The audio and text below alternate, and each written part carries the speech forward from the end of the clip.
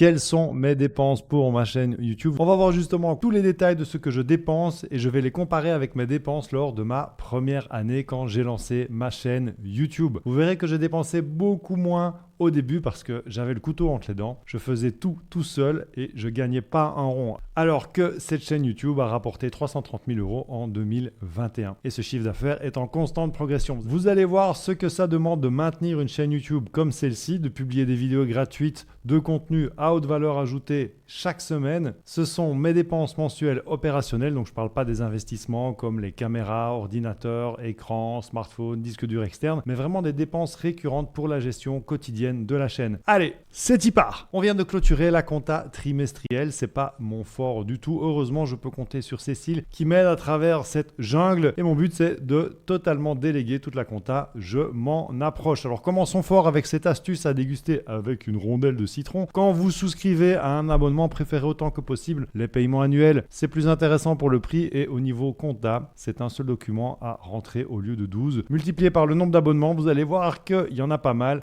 Ça fait une énorme différence. On replonge en 2018, première année de la chaîne YouTube Stratégie Vidéo pour découvrir mes premières dépenses. J'étais musicien, j'avais pas d'argent. J'allais boire aux toilettes pour éviter de payer l'eau au restaurant. 5 € dépensés, ça devait vraiment valoir un retour sur investissement. Alors pour le montage vidéo, je montais mes vidéos moi-même. J'utilisais une version craquée de Premiere Pro, les images libres de droit de Unsplash, les musiques libres de droit gratuites de la bibliothèque audio de YouTube. Mes montages étaient basiques, mais ça faisait le job et il faut bien commencer quelque part. En 2018, j'ai suivi une seule formation, ma première formation en ligne. C'était plus un investissement, mais je tenais à le mentionner parce qu'à l'époque, c'était une dépense très importante pour moi. J'ai investi 2000 €, c'était Blogueur Pro d'Olivier Roland. J'ai découvert le monde de l'infoprenariat et c'est avec ça que j'ai mis le pied à l'étrier. Alors c'est costaud comme formation, mais heureusement que je l'ai faite parce que ça m'a permis de démarrer de la bonne manière sans perdre de temps. Alors pour le graphisme, j'utilisais la version gratuite de Canva et la version craquée de Photoshop. Jusqu'ici 0 € de dépenses, bravo Oli, mais à un moment il faut sortir le chéquier quand même. Vous savez que c'est essentiel de créer une liste email. J'ai donc investi dans un autorépondeur, 96 € par an. On est parti sur ActiveCampaign. On l'utilise encore aujourd'hui, c'est un autorépondeur qui permet d'aller très loin dans les automatisations avec un SAV en français. Pour faire grandir cette liste, il faut créer un bonus gratuit et renvoyer une partie de son trafic vers la page de capture, comme par exemple notre formation gratuite pour exploser ses vues YouTube en moins de 12 mois, même avec peu d'abonnés. Pour réaliser ce genre de page de capture, le moins cher, c'est de créer un blog sur WordPress. C'est ce que j'ai fait à l'époque. J'ai acheté le nom de domaine stratégievideo.com et un hébergement à 50 € par an. J'ai aussi acheté Thrive Leads, qui est une extension WordPress pour créer des pages de capture. Ça coûte 97 € par an. Si on ne compte pas les 2000 € d'investissement dans la formation, puisque c'est un investissement et que c'est amorti sur plusieurs années et que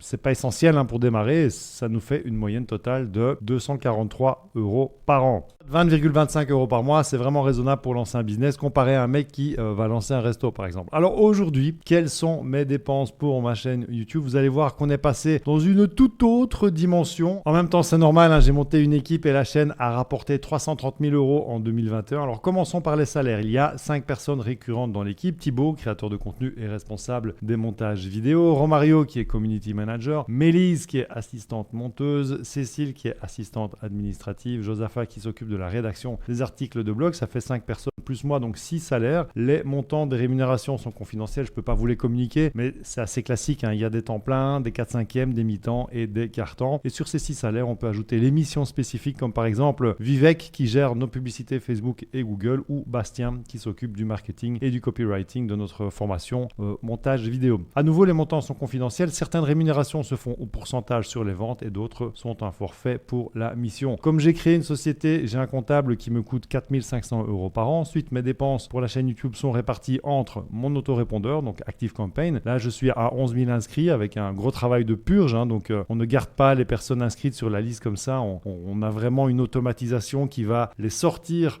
de notre autorépondeur dès qu'on voit qu'ils sont plus trop actifs. Donc c'est pour ça qu'on est quelque part seulement à 11 000 inscrits. Et pour ces 11 000 personnes, je paye 1 486 € par an. J'ai aussi donc ma suite logiciel de montage vidéo et retouche. Donc ça c'est Adobe, c'est la suite Adobe à 876 €. J'utilise une application qui s'appelle BigVu pour créer des sous-titres automatiquement sur mon smartphone, 136 €. Pour mes créations graphiques, j'utilise Canva Pro. Donc ça c'est 109 € par an. Et et Fiverr. Alors là, Fiverr, c'est pas récurrent, ça dépend des besoins, c'est des missions spécifiques. Donc ça, c'est difficile à compter maintenant. Envato Elements pour les images, les vidéos, les effets sonores et les musiques libres de droit. Donc ça, franchement, on est très content. 170 €. Alors je l'utilise pas personnellement, mais j'ai vraiment de très bons retours de mon équipe. Pour le suivi des emails, on utilise Front App. Alors là, je suis vraiment super content. Ça permet d'assurer un suivi précis des nombreux emails que l'on reçoit, 893 €. Stockage de notre matière dans le nuage, on a Google One avec 2 Tera. Bon,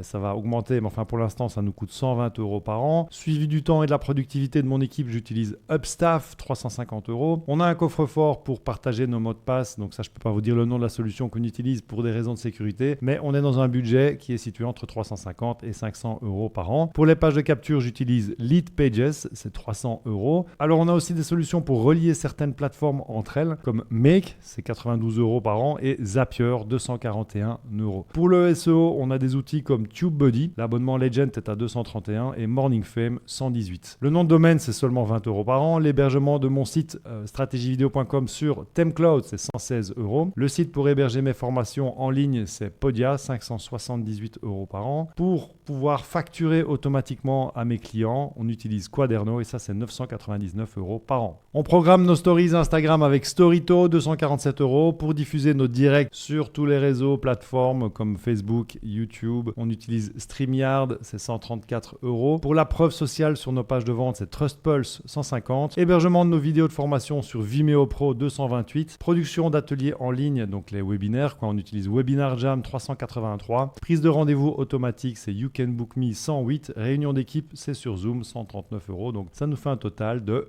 8 624 €. On peut ajouter donc les salaires de 6 personnes, la pub Facebook et Google. En 2021, j'ai dépensé environ 50 000 € en pub. On peut ajouter les formations. Cette année, j'ai suivi une formation pour lancer notre compte Instagram, mais aussi pour m'expatrier en Estonie. Mais bon, avec la situation géopolitique, on a décidé de reporter. J'étais aussi dans le mastermind d'Olivier Roland qui coûte 12 000 € par an, auquel il faut rajouter les avions, les hôtels pour aller à Dubaï, Marrakech, Lisbonne, etc. Donc vous arrivez facilement à 20 000 €. Vous ajoutez le matériel pour moi, mais aussi pour mon équipe. Rien que mon studio vidéo, il m'a coûté 20 000 €. J'ai mis 4 ans pour le construire, j'ai démarré avec mon smartphone. Alors il faut compter en plus la TVA de 20%, les impôts. En Belgique, on est un des pays les plus taxés en Europe. Ça vous donne une idée de ce qu'il reste en ITP, donc c'est-à-dire en in the pocket. Donc oui, la chaîne a rapporté 330 000 € en 2021, mais vous voyez aussi tout ce que ça demande comme dépenses et comme investissement pour vraiment maintenir la cadence avec cette chaîne, quoi. J'espère que vous verrez les vidéos gratuites de la chaîne sous un autre angle. À bientôt.